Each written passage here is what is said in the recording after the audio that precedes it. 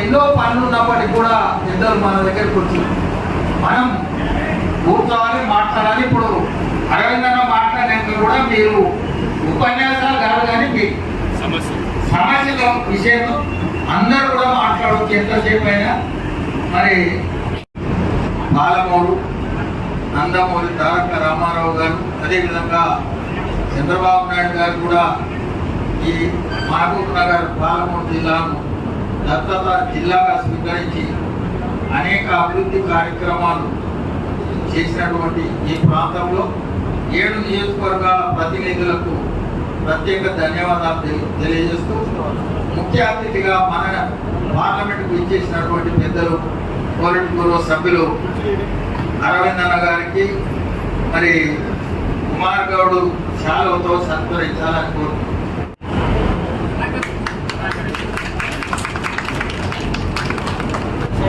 రాములు యాదవ్ గారు, నెల్లూరు దుర్గా ప్రసాద్ గారికి శాలువతో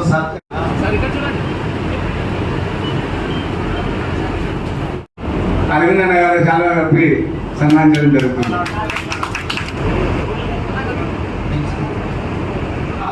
వాళ్ళు ఏం చేయాలి? వాళ్ళు వేసిన ఓటు ద్వారా సంక్రమించిన పదవులు నాయకులు ఏం చేయాలి?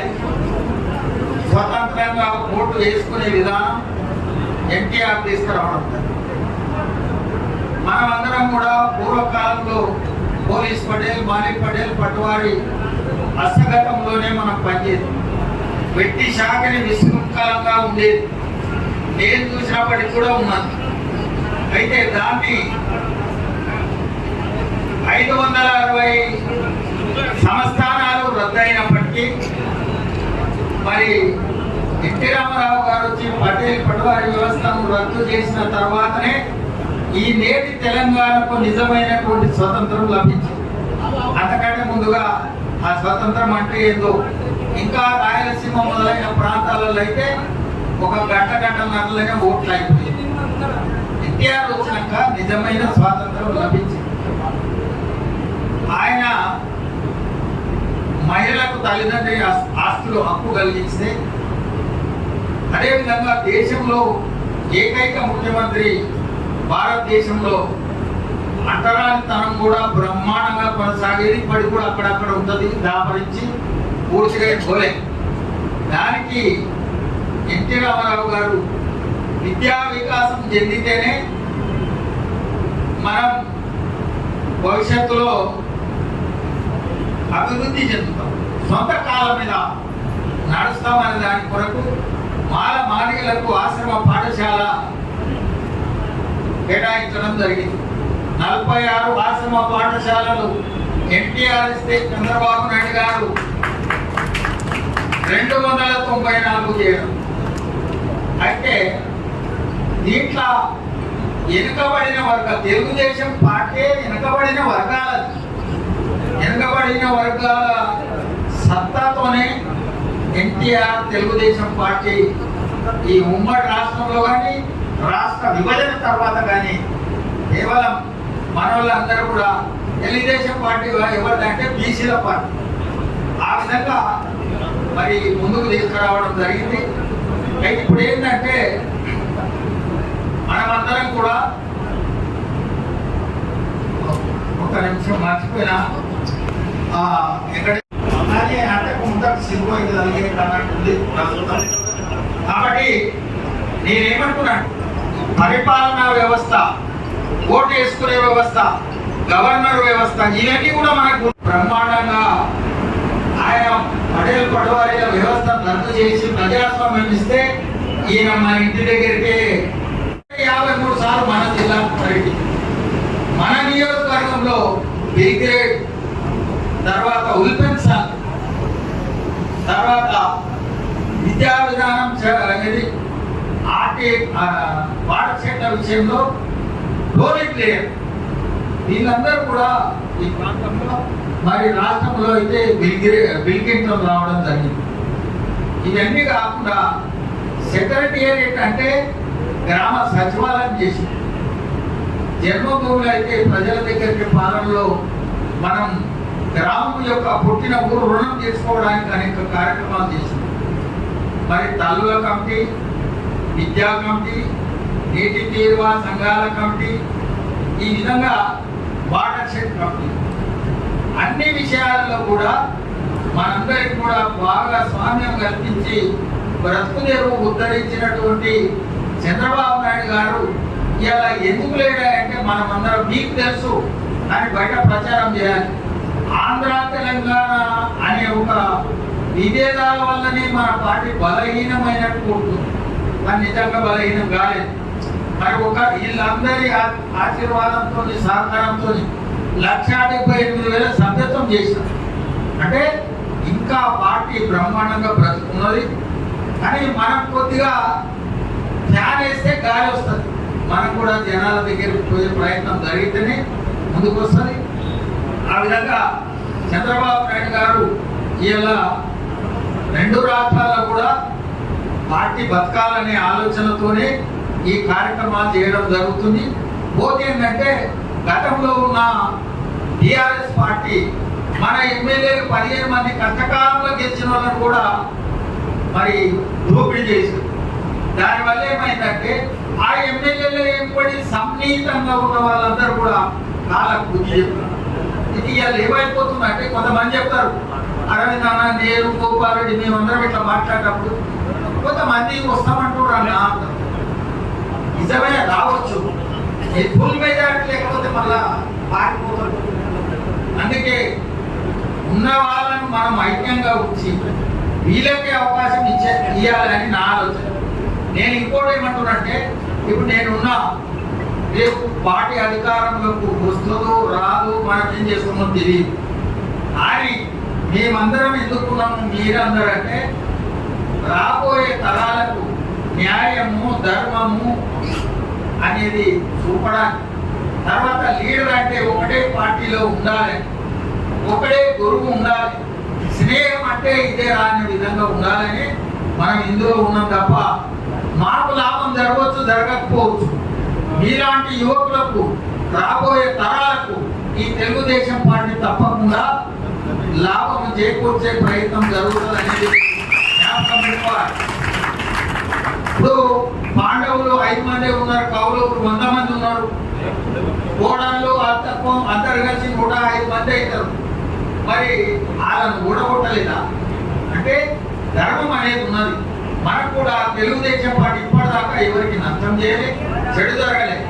సభ్యత్వం విషయంలో కూడా చూడండి, ఇప్పటికే మన తెలంగాణలో 10 కోట్ల రూపాయలు, సుమారు 10 కోట్ల చిల్లర, 10,4,666,000 రూపాయలు చనిపోయినలకు విద్యకు మన నారా లోకేష్ వర్కింగ్ ప్రెసిడెంట్ కార్యనిర్వాహక అధ్యక్షుల ద్వారా వచ్చింది.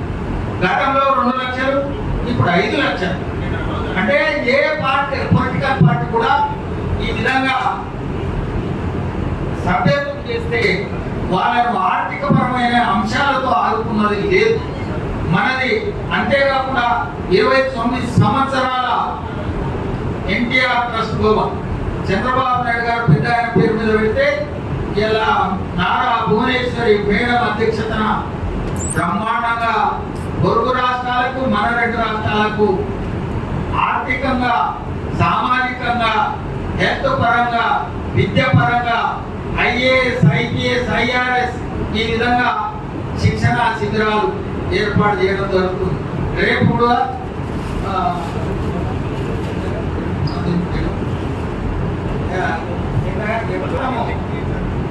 భారత్ పెట్టేటువంటి అంశంలో మేడం చొరవ తీసుకొని 2 రాష్ట్రాలే కాకుండా పక్క రాష్ట్రాల నుంచి కూడా అనేక మంది మరి ముందుకొచ్చి రక్తదానం చేయడం, ఆర్థిక సాయం చేయడం. రేపు కూడా 10 గంటలకు మరి ఒక రన్వే అంటే పరిగెత్తే దానికి అందరూ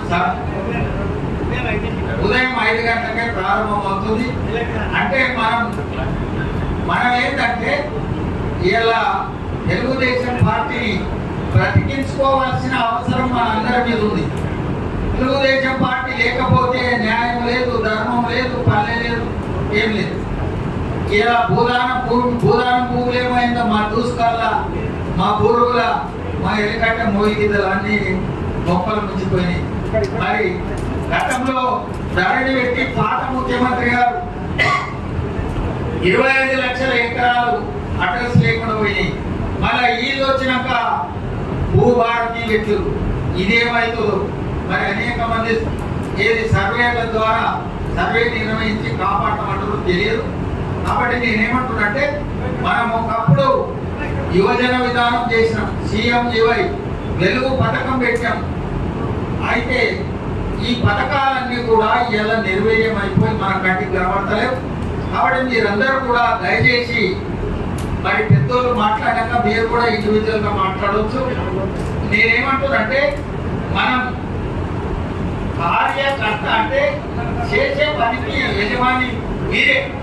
మీరు లేకపోతే మేము కూడా ఈ డైస్ ఉండదు. మీరున్నందుకే మాకు పెట్టి మాట్లాడగలుగుతాం. ఒకవేళ మీరే లేకపోతే మా పని గోవింద. అందుకే కార్యకర్తలుగా ఇన్నేళ్ళు ఈ పార్టీలో ఏమి నిమర్పాటు లేకుండా ఏమైనా ఆశించకుండా మీరే డబ్బులు పెట్టుకొని కార్లల్లో వచ్చి ఈ సమావేశాన్ని దిగ్విజయం చేయడం అంటే సామాన్యమైన కాదు. మీ అందరికీ పెళ్లిలకు పేరెంటాలకు పోయి కొన్ని రాని వాళ్ళకు కూడా పాదాభివందనం చేస్తున్న నమస్కారం. అన్నగారు గత చరిత్ర మన వైభవం పార్టీ ఏ విధంగా ఉండేది. మహబూబ్ నగర్ అంటే ఒకప్పుడు కంచుకోట తెలుగుదేశం పార్టీ. ఆ ప్రస్థానంలో రాష్ట్రం విడిపోయిన తర్వాత ఆంధ్ర పార్టీ అని ముద్రేసి మళ్ళీ అనేక రకాలుగా కేసీఆర్ వచ్చిన తర్వాత తెలుగుదేశం పార్టీ అంటే రాష్ట్రంలో ఉంటే తన పార్టీకి మనుగడ లేదని చెప్పి ఉద్దేశంతో మొదట గెలిచిన తర్వాత గెలిచిన పార్టీని ఏం చేసినప్పటికీ కూడా ఒకటే గమనించాలి. రాజకీయాల్లో చాలాసార్లు జీరో నుంచి ప్లస్ పోతాం, ప్లస్ నుంచి జీరో తెలుగుదేశం పార్టీ ప్లస్ నుంచి జీరోకి వచ్చింది. మళ్ళీ జీరో నుంచి ప్లస్ ఊహాతీతం కాదు నేను చెప్పబోయేది. 2029లో తెలుగుదేశం పార్టీ లెడ్ బై ఇక్కడ ఎన్డీఏగా పోటీ చేయబోతుంది. ప్రమాణమైనటువంటి అవకాశం వల్ల తెలుగుదేశం పార్టీ తెలంగాణలో ఒక ఫోర్స్గా ఉంది. నేను మీ అందరికీ హామీ ఇస్తున్నా, 119 సీట్లు 153 సీట్లు అవుతున్నాయి. ఆ సీట్లు అయినా కాకపోయినా మనం 20, 30, 40 సీట్లు గెలవాల్సిన అవసరం లేదు. కేవలం సింగిల్ డిజిట్ 6 సీట్లు 7 సీట్లు తెలుగుదేశం పార్టీ గెలిచిన తెలంగాణలో మరొకసారి తెలుగుదేశం పార్టీ చక్రం తిప్పబోతుంది 29. ఇది సాధ్యమయ్యేది. ఎందుకంటే గత 10 సంవత్సరాలు టీఆర్ఎస్ పార్టీ ఫెయిల్ అయింది. ఇవాళ వచ్చిన కాంగ్రెస్ పార్టీ కూడా పూర్తిగా అవినీతి ఉంటుంది. దేశవ్యాప్తంగా ఒక phobia NDA BJP alliance government నడుస్తుంది. కాబట్టి రేపు తెలంగాణలో కూడా డెఫినెట్ గా మనం ఎన్డీఏగా బీజేపీ అలయన్స్ తోటి జనసేన అలయన్స్ తోటి వచ్చే అవకాశాలు ఉన్నాయి. దానికి మన పెద్దలిద్దరు పాలిట్ బ్యూరో సభ్యులు ఏం చేస్తారు, సంస్థాగత నిర్మాణం చేస్తున్నారు. ఇప్పుడే జనంలో కోరుతున్నాం, మన పార్టీని సంస్థాగత నిర్మాణం. పెద్ద లీడర్లు పోవచ్చు, చిన్న కార్యకర్తలనే రాష్ట్ర స్థాయిలో జిల్లా స్థాయిలో వాళ్ళకి పదవులు ఇచ్చి వీళ్ళనే పైకి తీసుకురావాలని చెప్పి చూస్తారు. ఎందుకంటే రాబోయే రోజుల్లో ఎట్లా మనకి తెలియదు. కాబట్టి తెలుగుదేశం పార్టీకి డెఫినెట్ గా అవకాశం ఉంది. తెలుగుదేశం పార్టీ అంటే ఇప్పటికి కూడా చాలా మంది మన పదార్థాలు అంటున్నారు, మన రాష్ట్ర స్థాయిలో అంటున్నారు, మిమ్మల్ని మండల స్థాయిలో పార్లమెంట్ స్థాయిలో కూడా ఇంకా తెలుగుదేశంలో గ్రేట్ రానంటారు. అదే మన గొప్పతనం, అదే మన క్వాలిటీ. తెలుగుదేశం పార్టీ ఉంటామంటే అదే క్వాలిఫికేషన్. మీడియాలో 2 రాష్ట్రాల మీడియాలో ఏకైక వ్యక్తిని పార్టీ మారని గత 35 ఏళ్ళుగా ఈ పార్టీలోనే ఉన్న అనేక అవకాశాలు వచ్చాయి. స్పోక్స్ పర్సన్ గా అయినా కూడా నేను చంద్రబాబు గారి నాయకత్వం, ఎన్టీఆర్ గారి నాయకత్వం, పార్టీ వాళ్ళ పేదలకు సేవ చేయాలి, బడుగు బలహీన వర్గాలకు ప్లాట్ఫారం తెలుగుదేశం పార్టీ ఆ విధానాల మీద ఉన్నాం. కానీ కొత్తగా వచ్చిన రాజకీయ పార్టీలు, కొత్తగా పెట్టిన రాజకీయ పార్టీ అధికారాల కోసం పెడతారు తప్ప తెలుగుదేశం పార్టీ మామూలు విషయం కాదు. అసలు ఇంతమంది కార్యకర్తలు ఈ రోజు ఈ పార్టీలో ఉన్నారంటే అది పెద్ద ఎసెట్ మనకి. ఎందుకంటే మనం దాదాపు 20 ఏళ్ళు దాటి 23వ సంవత్సరంలో మొదలుపెట్టిన అధికారం లేకుండా ఇవాళ అధికారం లేకపోతే ఉంటున్నా టీఆర్ఎస్ పార్టీ చూస్తున్నా 10 ఏళ్ళు అధికారంలో ఉంది. వెంటనే అధికారం పోగానే మొత్తం కాంగ్రెస్ పార్టీ మాట్లాడారు మొత్తం అందరూ ఎమ్మెల్యేలతో సహా. కాబట్టి తెలుగుదేశం పార్టీ కార్యకర్త అనేది పెద్ద పోస్ట్. అందుకనే మన నాయకుడు చంద్రబాబు నాయుడు గారు కానీ లోకేష్ గారు కానీ ఒకటే చెప్పిండు, కార్యకర్తే అధినేత. అంటే కార్యకర్త ఉంటేనే ఈ పార్టీ ఉండదనే ఒక స్లోగన్ తీసుకున్నారు. దాన్ని తెలంగాణలో కూడా ఇంప్లిమెంట్ చేయడం కోసమే 2 పాలిట్ బ్యూరో సభ్యుల నాయకత్వంలో కొత్త కమిటీలు నిర్వహించబోతున్నాం. ఈ కమిటీ సంస్థాగత నిర్మాణం అయిన తర్వాత ఖచ్చితంగా ప్రజా కార్యక్రమాలు, ప్రజా వ్యతిరేక కార్యక్రమాలు ప్రభుత్వం మీద పోరాటాలు చేద్దాం. ఎందుకంటే మనకి టూ లాంగ్ అయింది. మనం ఇప్పటి నుంచే మొదలుపెట్టి ఇంకా 3 ఏళ్ళు ఉంది. మనం ఎందుకంటే పార్టీ మనకు డబ్బు లేదు, మనమే ఇంట్లో నుంచి పెట్టాలి. కాబట్టి పార్టీ కూడా మనం వదిలిపెట్టకుండా ఇంకా తొందరగా అంటే ఒక 1 year 1.5 year ఉన్నప్పుడు అప్పుడు జనంలో పోయి ఈ ప్రస్తావన ఏంటి, ఎట్లా వస్తున్నాము ఏంటని చెప్తే అప్పుడు జనంలో కూడా ఒక రకమైనటువంటి క్రియేషన్ వస్తుంది. కాబట్టి తెలుగుదేశం పార్టీలో ఉండడం అనేది ఒక గొప్పతనంగా మనం అందరం భావించాం. ప్రజలు కూడా అనుకుంటున్నారు, అవతల పార్టీ వాళ్ళు కూడా అనుకుంటున్నారు. మీరు ఎన్నైనా డిస్కస్ చేయండి అంతమండ మీద, కానీ మీరు ఇంకా పార్టీలో ఉన్నారంటే గేట్ వచ్చిన కాబట్టి ఈ అవకాశం నమస్కారం. అన్నగారు గత చరిత్ర మన వైభవం పార్టీ ఏ విధంగా ఉండేది. మహబూబ్ నగర్ అంటే ఒకప్పుడు కంచుకోట తెలుగుదేశం పార్టీ. ఆ ప్రస్థానంలో రాష్ట్రం విడిపోయిన తర్వాత ఆంధ్ర పార్టీ అని ముద్రేసి మళ్ళీ అనేక రకాలుగా కేసీఆర్ వచ్చిన తర్వాత తెలుగుదేశం పార్టీ అంటే రాష్ట్రంలో ఉంటే తన పార్టీకి మనుగడ లేదని చెప్పి ఉద్దేశంతో మొదట గెలిచిన తర్వాత గెలిచిన పార్టీని ఏం చేసినప్పటికీ కూడా ఒకటే గమనించాలి, రాజకీయాల్లో చాలాసార్లు జీరో నుంచి ప్లస్ పోతాం, ప్లస్ నుంచి జీరోకి వస్తుంది. తెలుగుదేశం పార్టీ ప్లస్ నుంచి జీరోకి వచ్చింది, మళ్ళీ జీరో నుంచి ప్లస్. ఊహాతీతం కాదు నేను చెప్పబోయేది. 2029లో తెలుగుదేశం పార్టీ లెడ్ బై ఇక్కడ ఎన్డీఏగా పోటీ చేయబోతుంది. ప్రధానమైనటువంటి అవకాశం వల్ల తెలుగుదేశం పార్టీ తెలంగాణలో ఒక పోస్ట్గా ఉంది.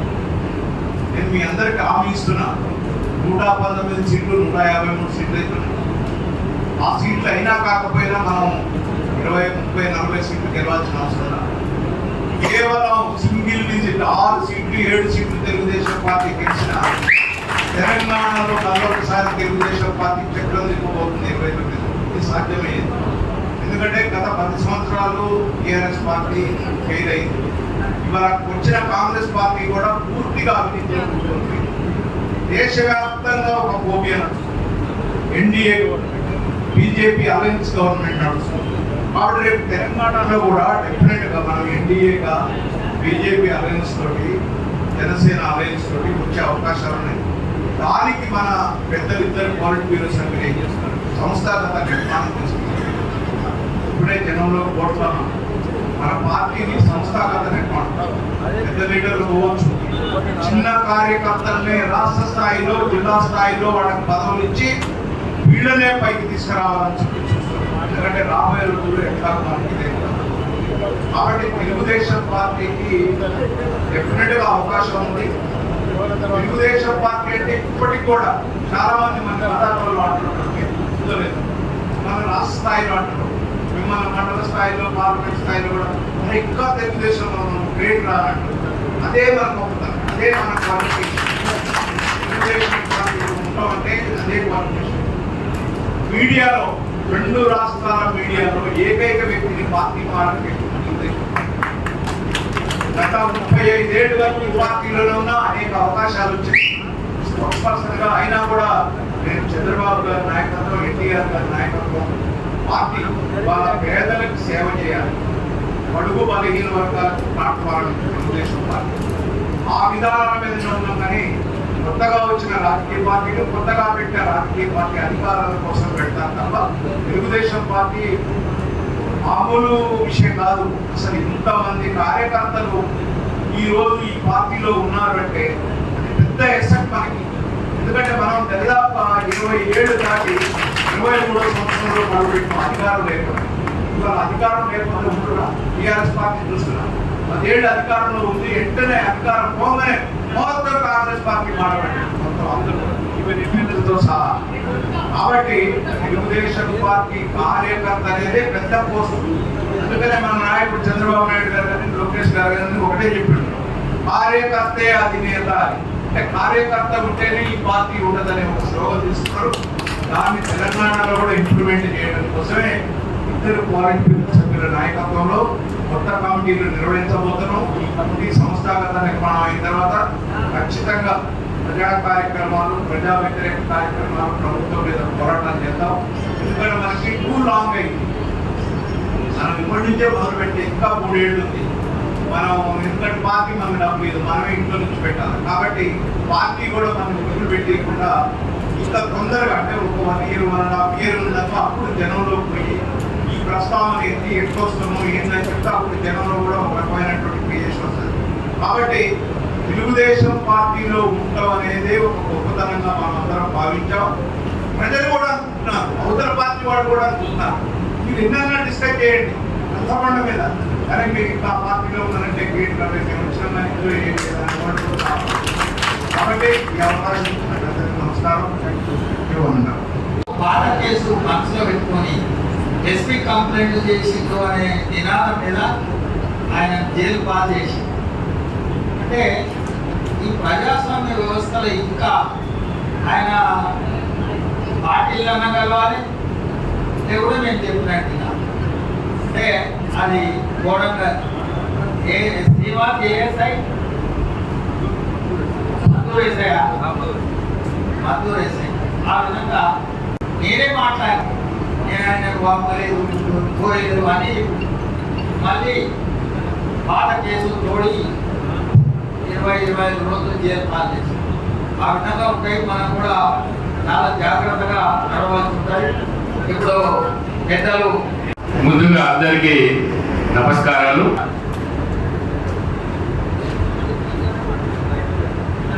మన తెలుగుదేశం పార్టీ కూలిపోయినట్టు మీ అందరికీ తెలుసు.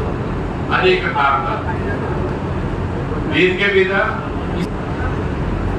తెలుగుదేశం పార్టీ చరిత్ర, ఈ చరిత్ర ఏ కవులకు కూడా అందని విధంగా మానవుడికి అనుకూలంగా అవసరాలను తీసే రీతిలో మన నాయకుడు వ్యవస్థాపక అధ్యక్షులు ఎన్టీఆర్ గారు పార్టీ స్థాపించిన అనంతరము నరసింహన్న గారు చెప్పినట్టు అసలు స్వాతంత్రం వచ్చిన సంగతి మనకు సక్రమంగా తెలియని తెలంగాణ ప్రాంతం నిజాం సర్కార్ యొక్క జీ హుజూర్ పాలనలో బతికిన మనం అందరము అసలు పాలన ఫలితాలు ఎలా ఉంటాయి, స్వాతంత్రం వచ్చిన అనంతరము మానవుడికి ప్రభుత్వానికి అనుసంధానం ఎలా ఉంటుంది, ఎన్ని రకాల హక్కులు మానవుడికి ప్రజాస్వామ్య దేశంలో ఏ పార్టీ పాలించినా ఏ మనగాడు పాలించినా దానికి మూల కారకుడు ఈ ఓటరు మహాశయుడే, ఈ ప్రజలే అన్నటువంటి నగ్న సత్యాన్ని యావత్ భారతదేశానికి తెలియపరిచినటువంటి మహనీయుడు మన అన్న ఎన్టీఆర్ గారు అంటే చెప్పి మీ అందరినీ గుర్తుపరుస్తా ఉన్నా. నేను చిన్నగా ఉన్నప్పుడు కూడా ఒక పటేల్ వంశంలో జన్మించిన వాడు అయినప్పటికీ నేను చిన్నప్పటి నుంచి కూడా దానికి వ్యతిరేకింది. ఈ పటేల్ పట్టువారి వ్యవస్థతోటి అన్న ఎన్టీఆర్ వచ్చిన తర్వాత ఇంకా సతమతమైపోతున్నటువంటి సమస్యలే తన దృష్టికి వస్తే మనసు నిండా ఆలోచించుకున్న వ్యక్తి ఈ పటేల్ పట్టువారి వ్యవస్థని పూర్తిగా రద్దు చేస్తే గానీ బడుగు బలహీన వర్గాల బిడ్డలు బజార్లకు వచ్చే పంచాయతీల కాడ దేవాలయాల కాడ కాళ్ళను వేసుకొని మేము సైతం అని జీవించే స్వేచ్ఛని ముందు కలగజేయాలంటే ఈ 4 దళారీ వ్యవస్థలని అంతమొందించాలని ఆలోచించిన మహనీయుడు ఒక్క కలం పూర్తోటి పటేల్ పట్టువారి వ్యవస్థని పాతాళానికి నొక్కేసి మన తల్లిదండ్రులకు తాతలకు ముత్తాతలకు స్వేచ్ఛ పెంచుకునేటువంటి అవకాశం వెలగేసిన మహనీయుడు దేవుడు స్వేచ్ఛ మనకిచ్చిన మనం స్వేచ్ఛగా ఉండలేకుండా పాలించే పాలకుల గురించి బుద్ధి చెప్పి అలాంటి స్వేచ్ఛనిచ్చిన మహనీయుడు అన్న ఎన్టీఆర్ గారు అంటే చెప్పి మేము గుర్తు చేస్తా ఉన్నాం. ఏకీపీలో పార్టీ స్థాపించి పార్టీ జెండా చేతికి ఇచ్చినప్పటి నుంచి నేను అన్న ఎన్టీఆర్ వెంబడి తిరిగిన. ఆయన చైతన్య రథం వెంబడి కారు వేసుకొని నేను కూడా ప్రయాణం చేసి చెట్ల కింద చేతబావులలో ఆయన స్నానం చేస్తుంటే ఆయన పక్కకు బకెట్ తో నీళ్ళ చేయించే అవకాశము, నిలబడే అవకాశం కూడా వచ్చింది. అని తలుచుకుంటే నాకు ఇప్పుడు అలనాటి దేవుడు అన్న ఎన్టీఆర్ గారు ఇక్కడ అనిపిస్తుంది. పల్లెలు పోతున్న జనాలను చూసి ఒక తల్లి పూర్తి స్థాయి బట్టలు లేవు, ఒక అన్నకు పూర్తి స్థాయి బట్టలు లేవు అంటే కులం పేరుతో చెప్తే బాగుండదు కనుక బట్టలు లేకుండా గొంగడేసుకొని పూసి పెట్టుకొని పోతున్న అన్నని, తల్లిని, చెల్లిని చూసి అన్నగారు కన్నీరు పెట్టుకున్నారు. ఏంటి ఇది ప్రజాస్వామ్య దేశమేనా, మనమంతా సమానులమేనా, వారందరికీ మరి ఉండడానికి ఇల్లు లేనట్టే ఉంది, తినడానికి తిండి లేనట్టే ఉంది, కట్టడానికి బట్ట లేనట్టే ఉంది. వాస్తవాలన్నీ కనిపిస్తున్నాయి. వాళ్ళు నా మీద దయించి నన్ను నమ్ము ఓటేసిన వీళ్ళకోనే నా జన్మ అంకితమనే భావించిన నేను వాళ్ళకి ఏమన్నా చెయ్యాలనే ఆలోచన మనసులో నుంచి పుట్టుకొచ్చినటువంటి మనస్తత్వం మన అన్నగారిది కనుక అప్పుడు ఆలిచిన ప్రభుత్వాన్ని వాళ్ళకే అంకితం అన్న ధోరణిలో పక్కా ఇళ్ళ కార్యక్రమం పెట్టాడు. ఉండడానికి ఇల్లు అన్నాడు, తినడానికి తిన్నన్నాడు, కట్టడానికి బట్ట అన్నాడు, చదవడానికి బడి అన్నాడు, ఎక్కి తిరగడానికి బస్ అన్నాడు, ఊరికి వెళ్ళడానికి రోడ్ అన్నాడు.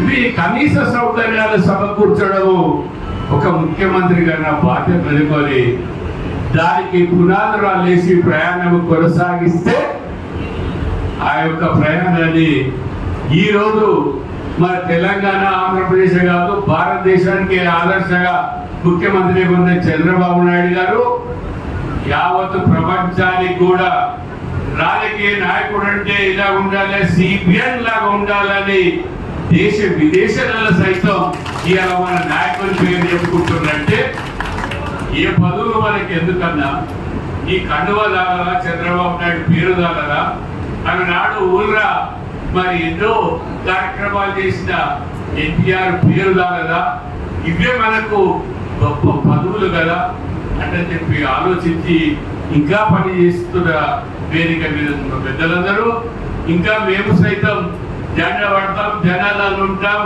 జనాలకు వచ్చిన సమస్య మీద రచ్చబడే కాడ రాజ్యం వెళుతున్నోని ఈడ్చి ప్రశ్నలేతాం అనేటువంటి భావనతో మనం ప్రయాణిస్తున్నాము కనుక మనకి ఎవడు ఏలెత్తి చూపడు.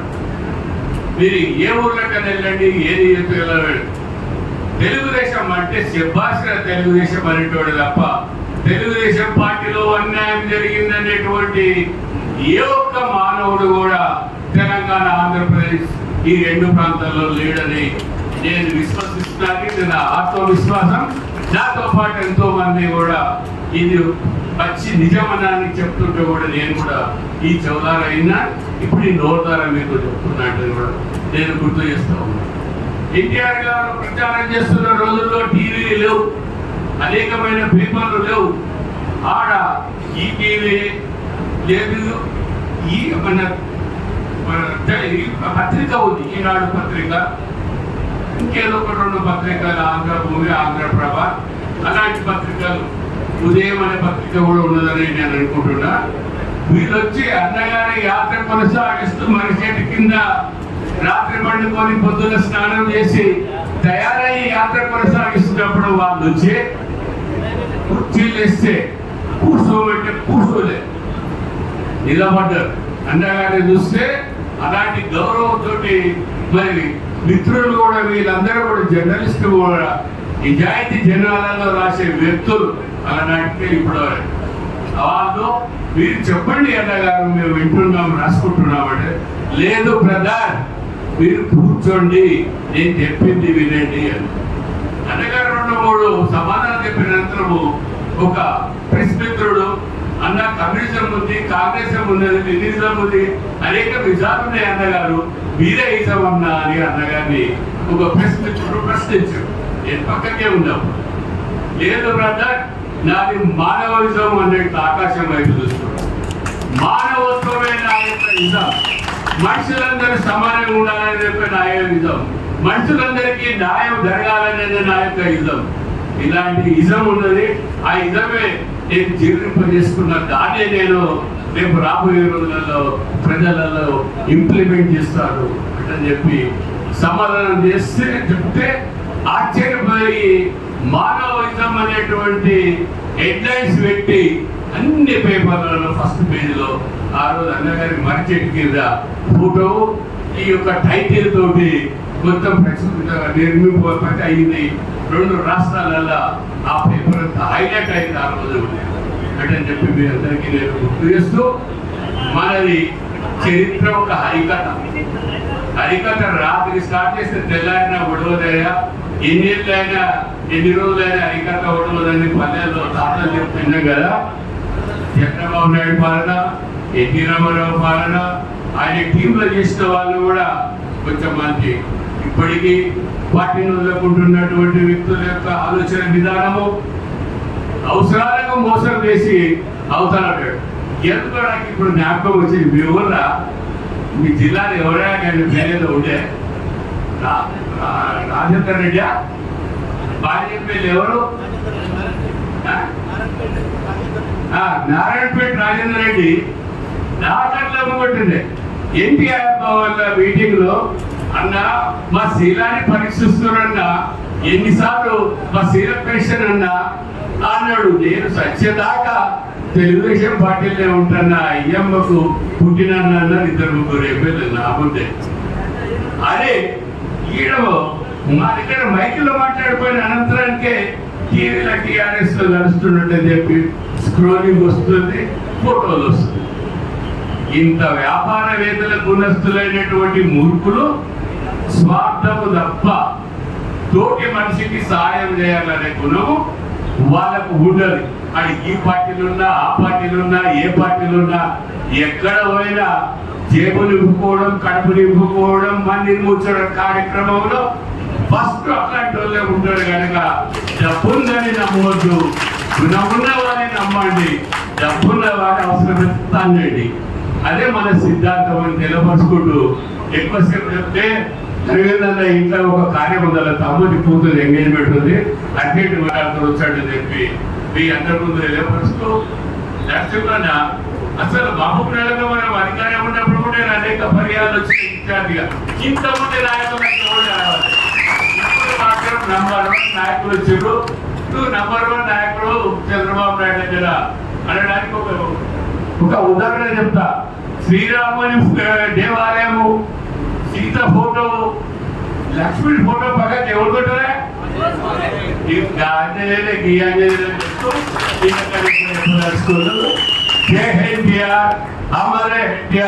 చంద్రబాబు నాయుడు గారు, లోకేష్ నాయకత్వం కూడా కూర్చోవాలి.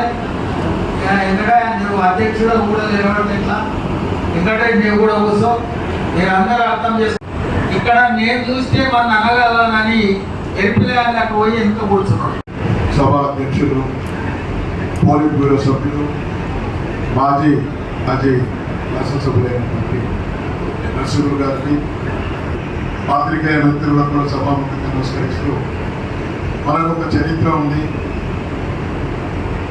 మరి తెలుగుదేశం పార్టీ పుట్టక ముందు, పుట్టిన తర్వాత మన తెలంగాణ ప్రాంతానికి ఏ విధంగా మార్పు వచ్చిందో వీరంతా ప్రత్యక్ష సాక్షులు.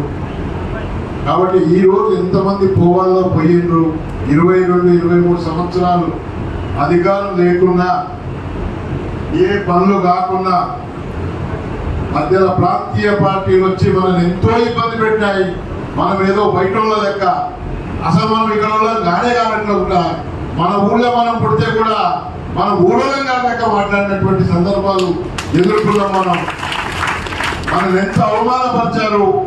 మరి వారి యొక్క రాజకీయ లబ్ధి గురించే ప్రాంతీయ తత్వాన్ని రెచ్చగొట్టి మనందరినీ తెలుగుదేశం కార్యకర్తల నుంచి నాయకుల వరకు కూడా ఎంతో అవమానపడ్డటువంటి మనం తర్వాత ఎన్నో ఉద్యమాలు వచ్చినప్పుడు నెక్సలిజం వచ్చినప్పుడు మనలో చాలా మంది కూడా తెలంగాణ ప్రాంతంలో ప్రాణాలు కోల్పోయి ఈ జెండాను తెలుగుదేశం జెండాను వదలకుండా అమరులైనటువంటి వాళ్ళు చాలా మంది కూడా ఈ సభాముఖంగా నేను ధన్యవాదాలు వారిని గుర్తు చేస్తా ఉన్నాను. ఎందుకంటే కష్టాలు పార్టీ తెలుగుదేశం పార్టీకి తెలంగాణకు అవినాభావ సంబంధం ఉంది. తెలుగుదేశం పార్టీ పుట్టింది మన తెలంగాణలో హైదరాబాద్ సెంటర్లో మనం చేస్తా ఉన్నాం. మనమే ఓనర్లం తెలుగుదేశం పార్టీకి. మన హైదరాబాద్ తెలంగాణలో పుట్టినటువంటి పార్టీ మన పార్టీ తెలంగాణ తెలుగుదేశం పార్టీ. వాళ్ళు ఎవరో మాట్లాడుతూ ఉన్నారు ప్రాంతీయ పార్టీ నాయకులని. మనం పెంచినటువంటి మొక్క ఒక విష మొక్కై ప్రాంతీయ పార్టీని ఏర్పరిచి మరి ప్రాంతీయ పార్టీ ప్రాంతీయ ఉద్యమాలు లేకుంటే తెలంగాణ రావద్దని ఎవరు అనలేదు. మేమందరం కూడా తెలంగాణ ఉద్యమంలో పనిచేసాం. మేమందరం నరసింహ గారు కానీ మేము కానీ ఎక్కడ వ్యతిరేకరించలేదు. మనకు లాభం జరుగుతున్నప్పుడు తెలంగాణ వచ్చేది తప్పకుండా ఇంక్లూడింగ్ చంద్రబాబు నాయుడు గారు కూడా లెటర్ ఇవ్వడం జరిగింది కూడా తెలంగాణ ఇవ్వమని. అప్పటి వరకు అసలు ఉద్యమం లేదు. ఆయన ప్రాంతీయ తత్వం తీసుకొచ్చి మన పార్టీని లేకుండా చేస్తేనే నేను బతుకుతానని ఒక ఆలోచనతో ఒక దురుద్దేశంతో తెలంగాణ ప్రాంతంలో తెలుగుదేశాన్ని లేకుంటేనే టీఆర్ఎస్ పార్టీ బతుకుతుంది, నాకు రాజకీయ అవకాశం ఉంటుంది అనే ఆలోచనతో మనం అన్ని విధాలు కూడా నష్టపరిచి ఆయన కొంతవరకు సక్సెస్ అయ్యాడు, ముఖ్యమంత్రి అయ్యాడు. ప్రాంతీయ తత్వంలో ఆయన ముఖ్యమంత్రి అయ్యి ప్రాంతీయ పార్టీని పెట్టుకున్నాడు. ప్రాంతీయ పార్టీ పెట్టుకున్న తర్వాత కూడా ఏ విధంగా 10 సంవత్సరాలు పాలించారు, ఏ విధంగా వాళ్ళు ఈ ప్రాంతాన్ని దోచేశారు, ఏ విధంగా వారు ఈరోజు మరి ఎక్కడ ఫామ్ హౌస్ లో కూర్చొని ఉన్నారు, ఏ విధంగా ప్రాజెక్టులు కడితే అవి ప్రాజెక్టు ఏ విధంగా పడిపోయాయో మనందరికి కూడా చరిత్ర తెలుస్తా ఉంది. ఒక్కసారి గమనిద్దాం. మనం రేపు కూడా అనుకున్నాం తెలంగాణ వస్తుంది, మా నాయకుడి మీద కూడా మేము జోర్ చేశాం, నాయకుడితో కూడా లెటర్ ఇప్పించాం తెలంగాణ ఇవ్వాలని చెప్పేసి. మేము 2 గంటల సిద్ధాంతం తీసుకున్నాం. ఇక్కడ అక్కడ తెలంగాణకి ఇవ్వాల్సిందే, 2 ప్రాంతాలు కూడా 2 గంటలుగా ఉంటాయి తెలంగాణ నాయకులకు అందరికి కూడా అని చెప్పినటువంటి నాయకత్వం మన దగ్గర ఉంటే మనలో ఏ విధంగా లేకుండా చేయాలి. మన దగ్గర గెలిచిన వాళ్ళందరినీ కూడా మభ్యపెట్టి, ఇంతకుముందు భూపాల్ రెడ్డి గారు నరసింహులు గారు చెప్పినప్పుడు మభ్యపెట్టి డబ్బులు ఇచ్చో పదవులు ఇచ్చో తీసుకొని పార్టీని చాలా ఇబ్బంది పెట్టి మరి ఎన్నో విధాలుగా నష్టం చేసినా కానీ ఇక్కడ ఉన్నటువంటి పార్టీ నాయకులను చూస్తా ఉంటే గ్రామం నుంచి మరి నరసింహ గారి పిలుపు మేరకు ఈ విధంగా వచ్చిందంటే మన జీవితం ధన్యమైంది, మన న్యాయం నిజంగా గెలుస్తుంది. 29లో మనం నిజంగా కూడా మన పార్టీని బలోపేతం చేసే శక్తి మన దగ్గర ఉంది అనేది మాకు మాత్రం ఒక నమ్మకం కుదిరింది. మీ అందరికి కూడా ప్రత్యేక ధన్యవాదాలు. మహబూబ్నగర్ జిల్లా ముఖ్యంగా మన నాయకులు ఇద్దరికి కూడా మరి చంద్రబాబు నాయుడు గారు దత్తత తీసుకోవడం కానీ, ఎన్టీ రామారావు గారు ఈ జిల్లాలో మరి పోటీ చేయడం కానీ అనేకమైనటువంటి అనుబంధం ఈ జిల్లాకు తెలుగుదేశం పార్టీకి ఉంది, మన నాయకులకు ఉంది. ముఖ్యంగా నాకు కూడా ఈ జిల్లాతోనే అనుబంధం ఉంది. నేను కొడంగల్ ఎలక్షన్స్ లో మరి అక్కడ ఇబ్బంది ఉన్నప్పుడు ఈ వీళ్ళందరికీ తెలుసు. అక్కడ ఉన్నప్పుడు ఆయన అడ్వకేట్ గారు సూర్యనారాయణ గారు మన పార్టీని వదిలి పోయినప్పుడు అక్కడ శారదమ్మ ఒక బీసీ మహిళ ఒక యాదవ్ కులస్తురాలు ఆమెకి ఇచ్చినప్పుడు కొంచెం ఇబ్బంది పెడితే ఆయన కూడా బాధపడుతుంటే ఇబ్బంది పెడితే నేను ఇన్ఛార్జ్గా రావడం, 4-5 రోజుల్లో ఆయనను కన్విన్స్ చేయటం, ఆయన మన పార్టీకి తీసుకుపోవటం, మళ్ళా ఆయన పార్టీలో జాయిన్ చేయించి బోర్డు మెంబర్ ఏ రోజైతే నరసింహ గారికి ఎట్లయితే టీటీడీ బోర్డు మెంబర్ ఉంటుందో ఆయనకు కూడా బోర్డు మెంబర్ ఇవ్వడం జరిగింది. చచ్చే వరకు కూడా మన పార్టీలోనే ఆయన ఉన్నాడు. మరి అదే విధంగా అనేకమైనటువంటి సంస్కరణలు తెలుగుదేశం పార్టీ వచ్చిన తర్వాతనే పటేల్ పట్వారి మనం ఎప్పుడు కూడా బడుగు బలహీన వర్గాలు, మనం ఎస్సీలము ఎస్టీలము బీసీలము ఎప్పుడు కూడా చెప్పులు వేసుకొని మన గ్రామాల్లో తిరిగినటువంటి పరిస్థితి ఉందా మనం చెప్తా ఉన్నా. మనం తెలుగుదేశం రాకముందు కనీసం పటేళ్ళు పట్వారీలు దొరలు ఈ గొడుల పాలనలో మన జీవితాంతంగా మన పెద్దోళ్ళ జీవితం పోయింది. మన జీవితం పోయింది, కనీసం మనకు మర్యాద లేకుండా ఉండింది. కానీ తెలుగుదేశం వచ్చిన తర్వాత మానవత్వం మేలుకొల్పింది. మనది సేవ చేసేటటువంటి పార్టీ. మన పార్టీ ఏ విధానంతో పుట్టిందంటే సామాజిక న్యాయం, సేవాభావం రెండు కళ్ళులాగా. అంటే సామాజిక న్యాయం జరగాలి, ప్రజల్లో ఉన్నటువంటి అన్ని కులాలు మతాలు అన్ని కూడా అధికారంలోకి రావాలి. అప్పుడే సమాజానికి న్యాయం జరుగుతుంది. అప్పుడే మనందరూ కూడా బాగుపడతాం. మన సమాజం అందరూ బాగుపడినప్పుడు సమాజం బాగుపడుతుంది, రాష్ట్రం బాగుపడుతుంది అని ఒక ఆలోచనతో చేసి తర్వాత మన నాయకులు అనేకమైనటువంటి వైభవాలు ఉన్నా, ఆయనకి ఎటువంటి లోటు లేకున్నా స్వర్గీయ ఎన్టీ రామారావు గారు మరి అన్ని వదులుకొని నాకు 60 సంవత్సరాలు ఈ యొక్క ప్రజలు, తెలుగు ప్రజలు నన్ను ఏ విధంగా దేవుడిలాగా చూశారు కాబట్టి నేను వీళ్ళకి సేవ చేద్దామని పార్టీ పెట్టాలని పెట్టినటువంటి పార్టీ. అంటే సేవ చేద్దాము. అంతవరకు ముందు మనం చూసాం అనేక రాజకీయ పార్టీలు సేవ కాదు, ఒక్కసారి ఎమ్మెల్యే అయితే 5 సార్లు ఎమ్మెల్యే, ఆయన కుటుంబాస్తులు పెరిగి వాళ్ళ తాత ముత్తాతలు సంపాదించిందే కాకుండా తన మునిమానవాళ్ళు దాకా కూడా సంపాదించే విధానం ఉండింది. సంస్కరణలు లేవు, సేవ లేదు, ఏది లేదు. తెలుగుదేశం పార్టీ పుట్టిన తర్వాత గ్రామాలలో కదిలికి వచ్చింది. మరి మన పడుగు 15 వర్గాల కులాల్లో చైతన్యం వచ్చింది. అరే మనం ఎందుకు కాకూడదు, మనం కూడా రాజకీయ నాయకులం కాలేమా, మనం ఎమ్మెల్యేలం కాలేమా, మనం మంత్రులం కాలేమా, మనకి ఎందుకు శక్తి లేదన్న ఆలోచన మన దగ్గర చదువుకున్నటువంటి విద్యార్థులకు, మన కులాల్లో ఉన్నటువంటి చాలా మంది కూడా ఆ అవేర్నెస్ వచ్చింది.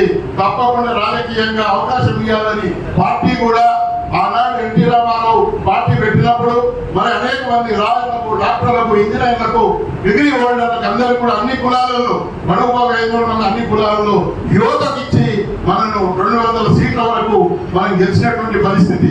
అదే సమాజంలో మార్పు చేసింది. ఈ రోజు ఆ రోజులో మరి విద్యావంతులైనటువంటి నరసింహులు గారు కూడా ఆయన కూడా మరి ఒకసారి ఎమ్మెల్యే కావడం జరిగిందని మనం చేస్తా ఉన్నాం. అంటే సమాజంలో ఎన్టీ రామారావు తెలుగుదేశం పార్టీ ముందు ఎలా ఉంది, తర్వాత ఎలా ఉంది అనేది ఒక్కసారి గమనిస్తే తెలంగాణ ప్రాంతంలో అభివృద్ధి చూపించింది కూడా తెలుగుదేశం పార్టీ అని మనం చేస్తా ఉన్నాం. దాని తర్వాత ఒక యువ నాయకుడు అప్పుడు చంద్రబాబు నాయుడు గారు యువ నాయకుడు వచ్చిన తర్వాత ఆయనేమో తెలుగోళ్ళమని మొత్తం ప్రపంచం చాటినటువంటి ఏకైక వ్యక్తి ఎన్టీ రామారావు అయితే మరి మా యొక్క గౌరవాన్ని కాపాడింది చంద్రబాబు నాయుడు గారిని మనం చేస్తా ఉన్నాం. ఏ విధంగానైతే అనేక సంస్కరణలు తీసుకురావడం జరిగింది. అనేక సంస్కరణలు అంటే కేవలం ఒక కుటుంబంలో ఒకరే కాదు, ఆడపిల్లలు కూడా ఆర్థికంగా బలంగా ఉండాలని చెప్పి ఒక ఆలోచన చేసి మన అమ్మ నాన్న, మా అక్క చెల్లెళ్లకు మన ఇంట్లో ఒక ఆర్థిక వ్యవస్థ బాగుపడాలి. ఆర్థిక వ్యవస్థ బాగుపడినప్పుడే ఆ ఉన్నటువంటి కుటుంబ సభ్యురాలు బాగుంటేనే ఆ కుటుంబం బాగుంటుంది, ఆర్థికంగా బలపడుతుంది.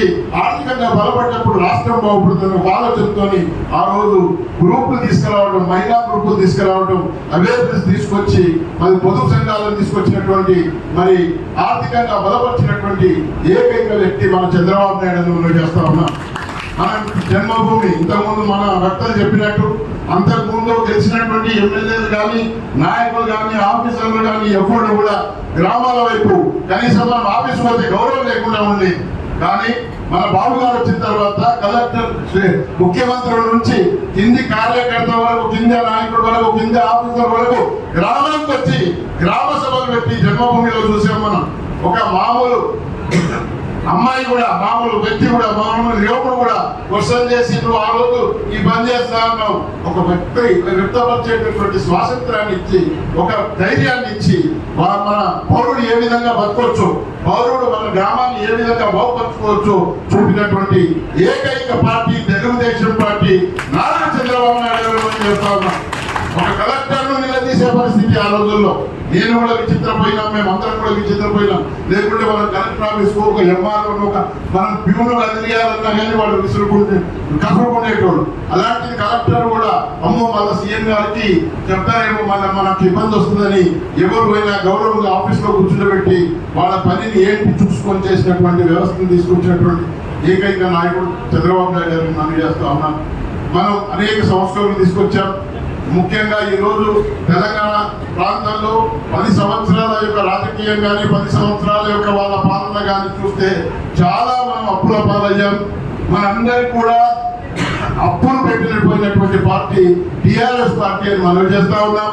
మరి అలాంటి పార్టీ పోయిన తర్వాత ఈ రోజు మనము మన కోశాగారం చూసుకుంటే, మన ఆర్థిక వ్యవస్థ చూస్తూ ఉంటే, హైదరాబాద్ రంగారెడ్డిని డెవలప్ చేసి ఇంచుమించు మహబూబ్ నగర్ దాకా కానీ అన్ని జిల్లాల్లో కూడా అభివృద్ధిని తీసుకొచ్చి ఈ రోజు మన ఖజానాకు, రాష్ట్ర ఖజానాకు ఒక 100 రూపాయలు రాష్ట్ర ఖజానా సంపాదిస్తుందంటే అందులో 60 నుంచి 70 రూపాయలు మనము సంస్థలు తీసుకొచ్చి, ఐటీ కంపెనీలు తీసుకొచ్చి, అనేక కంపెనీలు తీసుకొచ్చి దాని ద్వారా మనం ఆర్థికంగా లాభపడి ఈ రోజు తెలంగాణ ప్రాంతం అంతా కూడా డిమాండ్ గా మరి ఏ విధంగా ఉంది అంటే అందరం కూడా ఆర్థికంగా బలపడము, ఆర్థికంగా బాగుంది. ఈ రోజు రాష్ట్రము దేశంలోనే 1వ 2వ స్థానంలో ఉన్నామంటే అది తెలుగుదేశం పార్టీ తీసుకున్నటువంటి సంస్కరణలు, చంద్రబాబు నాయుడు గారు తీసుకున్నటువంటి సంస్కరణలు.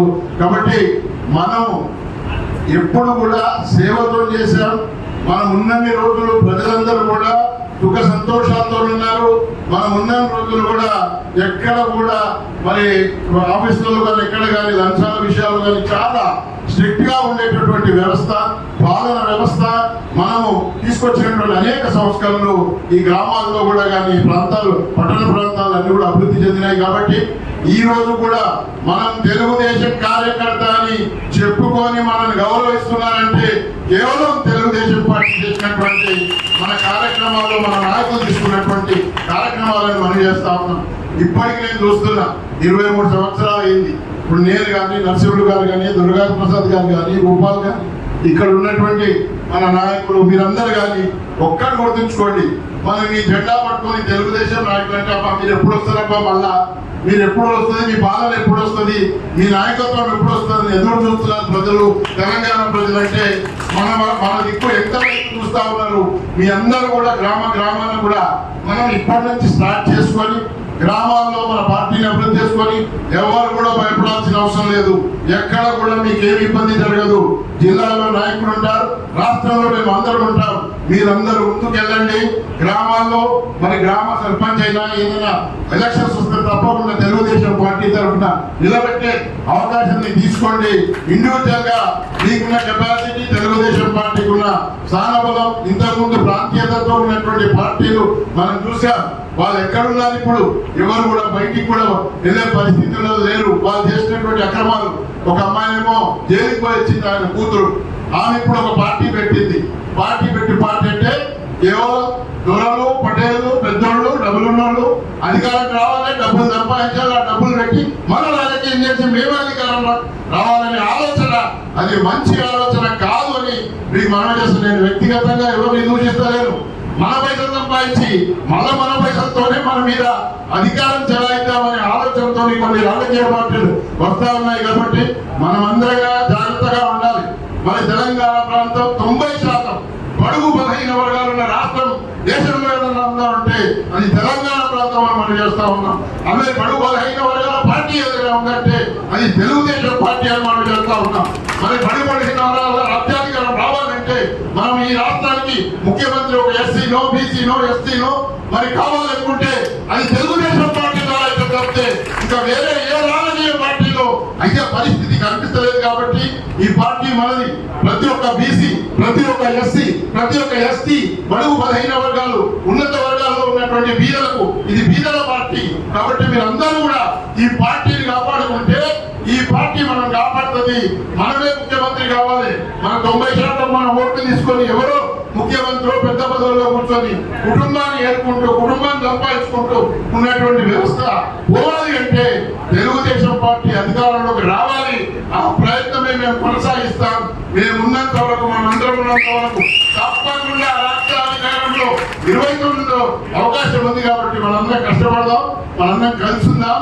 కష్టాల్లో ఇన్ని రోజులు ఉన్నాం, ఇంకొన్ని రోజులు అయితే తప్పకుండా మనకు మంచి రోజులు వస్తాయనే భావం మాలో ఉంది. కాబట్టి అందరం కూడా ఒక్కసారి జై తెలుగుదేశం.